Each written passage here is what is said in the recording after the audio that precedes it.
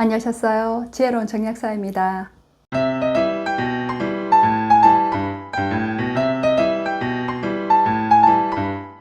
여성의 몸은 한 달에 한 번 임신을 대비해서 수정란이 잘 착상되기 위해서 자궁 내막을 두껍게 만드는데요. 임신을 하지 않게 되면 이 두꺼워진 내막은 더 이상 필요가 없기 때문에 자궁 근육을 수축을 시켜서 내막을 탈락시켜서 이 몸 밖으로 배출을 시키는데 이것이 바로 생리입니다. 이때 무리하게 자궁이 수축되면서 생리통이 생기는데요. 가임기 여성의 80%는 생리통을 다 경험을 한다고 해요. 약국에서 젊은 여성분들이 가장 많이 찾는 약이 또 바로 이 생리통 약입니다. 생리통이 생기는 가장 큰 이유는 염증과 통증을 유발하는 호르몬인 프로스타글란딘 때문인데요. 이 프로스타글란딘은 두꺼운 자궁 내막을 배출시키기 위해서 자궁 근육이 수축을 하기 위해 나오는 물질인데 이 물질이 과다하게 분비가 되었을 때 생리통을 유발하게 됩니다.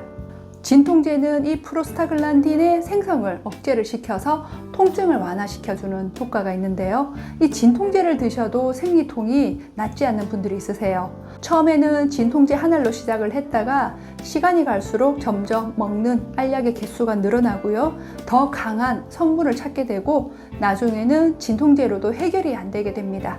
왜냐하면 진통제는 근본 원인을 치료를 하는 것이 아니라 결과적으로 나타나는 그 통증만 일시적으로 억제를 하는 거기 때문이에요.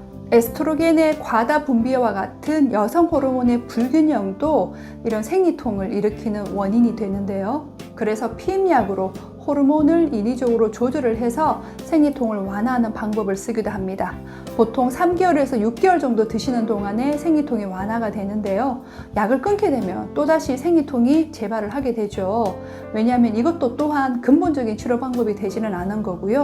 그리고 우리 몸은 이 호르몬의 아주 작은 양에도 민감하게 반응을 하기 때문에 이런 호르몬제를 장기적으로 복용하는 것은 몸의 입장에서도 좋은 방법은 아닙니다. 자궁을 혈액의 바다라고 합니다. 자궁에 혈액이 부족하게 되면 자궁으로의 혈액순환이 원활하게 되지 않아서 자궁 근육이 메마르고 딱딱해지면서 부드럽게 수축을 할 수가 없게 되는데요. 근육은 혈액을 통해 산소를 공급받아서 수축과 이완이 이렇게 부드럽게 이루어져야 되는데 산소가 부족하게 되면 억지로 쥐어짜게 되면서 경련과 통증을 일으키게 되는 거죠. 그리고 호르몬도 혈액을 바탕으로 만들어지고 혈액을 따라서 필요한 장기로 이동을 하기 때문에 혈액이 부족하면 호르몬의 부족과 함께 호르몬의 불균형도 초래하게 되는 거죠. 그래서 생리통을 근본적으로 치료를 하려면 혈 부족을 개선해서 자궁의 혈액순환을 원활하게 촉진을 시켜 이런 프로스타글란딘이 과하게 분비되지 않도록 도와주고요. 그리고 여성 호르몬의 부족과 여성 호르몬의 불균형을 개선해 줄 수 있는 그런 자궁의 환경을 만들어 주는 것이 중요합니다. 그렇게 하면 진통제나 피임약을 먹지 않고도 생리통이 저절로 개선이 되는 거죠. 현대인의 질병 발생의 배경에는 늘 메마름증이 함께합니다. 인체가 메마른다는 것은 스트레스나 과로, 수면 부족이나 잘못된 식습관에 장기적으로 노출이 되었을 때 자율신경의 균형이 깨지면서 교감신경이 흥분되고 혈관이 수축하고 혈류량이 줄어들어서 세포나 조직, 장기로 가는 산소와 영양이 부족해지면서 나타나는 현상이죠.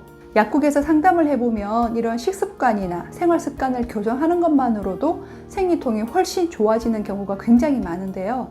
이것은 생리통에 좋은 약을 먹는 것보다 훨씬 더 중요하고 우선이 되는 부분이에요. 그래서 오늘은 생리통 완화에 꼭 필요한 습관을 정리해서 알려드리도록 할게요.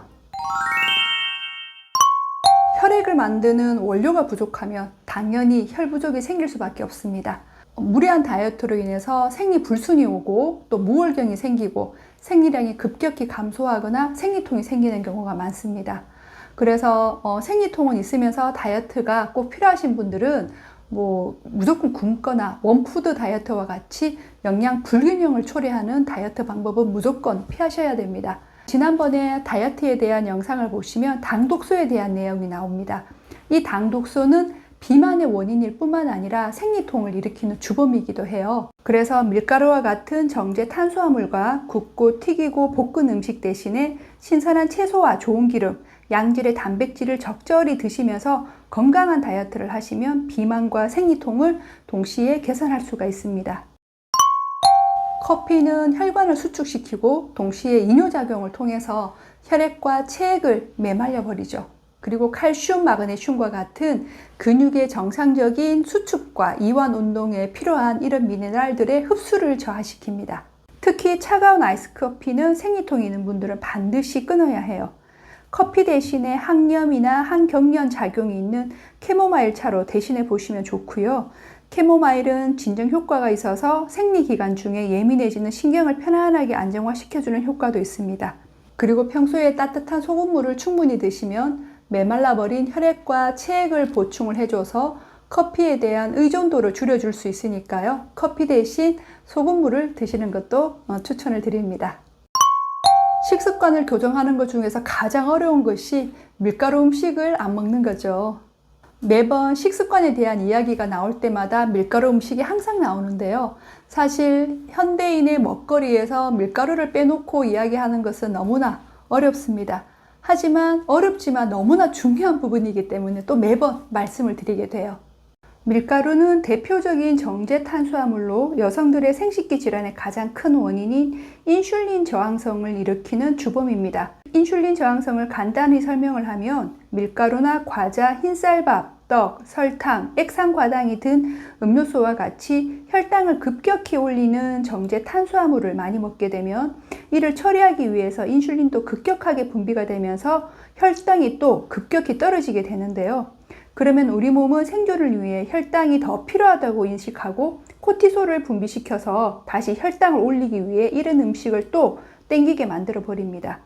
이 과정이 반복되다 보면 인슐린이 지쳐서 혈당을 더 이상 처리를 하지 못하고 남아도는 혈당은 지방으로 합성이 되어서 지방간이나 중성지방을 만들고 결국엔 에스트로겐 과잉으로 연결이 되어 호르몬 불균형을 초래하게 되죠.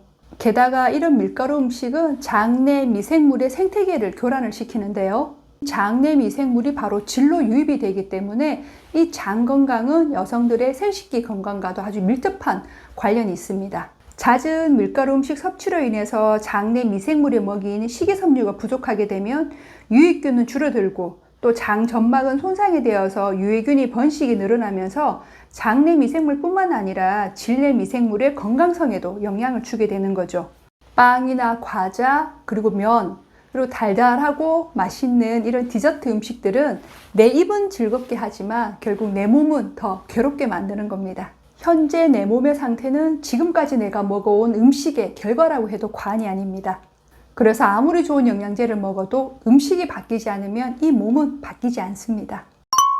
요즘 많이 이슈가 되고 있는 환경 호르몬입니다. 종이컵이나 컵라면 용기에 코팅되어 있는 플라스틱, 그리고 화장품이나 샴푸, 향수에 들어있는 합성 보존제들은 에스트로겐과 유사한 작용을 해서 제노에스트로겐이라고 하죠. 이런 제노에스트로겐에 장기적으로 과다하게 노출이 되면 자궁 내막이 증식을 하면서 자궁 내막증이 생기고요. 그리고 다낭성 난소 증후군의 원인이 되기도 합니다. 이런 질환이 또 생리통을 유발을 시키니까요. 환경 호르몬의 노출을 최대한 줄이기 위해서 플라스틱이나 일회용품의 사용은 최대한 줄이시고 유리컵이나 텀블러를 사용하시는 것이 좋고요. 그리고 또 합성 보존제나 인공향이 들어있는 이런 화장품이나 샴푸나 이런 것들보다는 천연 성분으로 된 화장품이나 샴푸, 그리고 세안제를 쓰시고 향수의 사용도 가급적 자제를 하시는 것이 좋습니다. 스트레스가 유난히 심한 달에는 없던 생리통이 생기기도 하고 평소보다 생리통이 훨씬 더 심해지는 경험들을 해보셨을 거예요. 스트레스로 인해서 우리 몸이 열을 받으면 혈액도 열을 받아서 메말려 버리니까 혈 부족 상태가 되어서 생리통을 더 악화시키고요. 그리고 스트레스를 받으면 우리 몸은 이를 해결하기 위해서 코티솔 분비를 더 많이 늘려버리죠. 코티솔과 여성 호르몬인 프로게스테론은 서로 경쟁적으로 작용하는데요. 코티솔 분비가 늘어나면 프로게스테론의 분비가 줄어들게 되어 상대적으로 에스트로겐 과다 상태가 되어서 생리통을 유발을 합니다. 특히 생리 전에 스트레스에 많이 노출이 되면 코티솔 분비가 늘어나서 단 음식이나 밀가루 음식과 같이 급격히 혈당을 상승시키는 정제 탄수화물을 탐닉하게 만들어서 인슐린 저항성을 유발해서 에스트로겐이 더 과다하게 분비가 되죠. 스트레스는 정신적인 것뿐만 아니라 이런 잘못된 식생활 습관이나 육체적인 스트레스도 함께 포함을 하니까요. 스트레스를 해소할 수 있는 나만의 방법, 명상이나 운동을 통해서 이런 스트레스를 적절히 해소할 수 있는 방법을 찾으시는 것이 좋습니다. 여성들은 생리 주기에 따라서 배란 전에는 에스트로겐이 상승했다가 배란이 되면서 이 에스트로겐이 분해가 되면서 감소가 되어야 되는데요. 이 에스트로겐을 분해하는 장기가 바로 간인데요. 과로로 인해서 이 간 기능이 떨어지면 에스트로겐을 분해하는 능력도 떨어지게 되어서 분해되지 못한 에스트로겐이 그대로 남게 되죠. 그래서 과로나 만성 피로도 생리통을 일으키는 원인이 됩니다. 간이 쉬면서 기능을 회복하는 시간이 밤 11시부터 3시까지인데요. 이 시간 동안 호르몬의 합성과 분해가 적절하게 이루어지기 때문에 가급적 이 시간대는 잠을 자도록 해야겠죠. 특히 야식을 하면 이 들어온 음식을 해독하고 처리하기 위해서 간을 엄청 피곤하게 만들기 때문에 최소한 잠자기 3시간 전까지는 식사를 마치는 것이 좋습니다. 우리 몸이 신호를 보내는 것은 다 이유가 있습니다. 생리통은 한 달에 한 번 잠시 겪으면 되니까 진통제로 그냥 간단하게 해결을 하려고 생각하셨다면 지금 바로 생각을 바꾸셔야 됩니다. 지금 당장은 특별한 이상이 없다 하더라도 나중에는 치료하기 힘든 자궁 질환으로 발전할 수가 있고요. 또 다른 질환의 뿌리가 될 수 있기 때문에 지금 쉽게 개선을 할 수 있을 때 빨리 치료를 하시는 것이 좋습니다. 만약 오랫동안 진통제를 먹어왔고 이런 습관의 교정만으로는 생리통을 치료하기가 힘드신 분들을 위해서 다음 시간에 생리통에 도움되는 영양요법에 대해서 이야기를 해드리도록 할게요.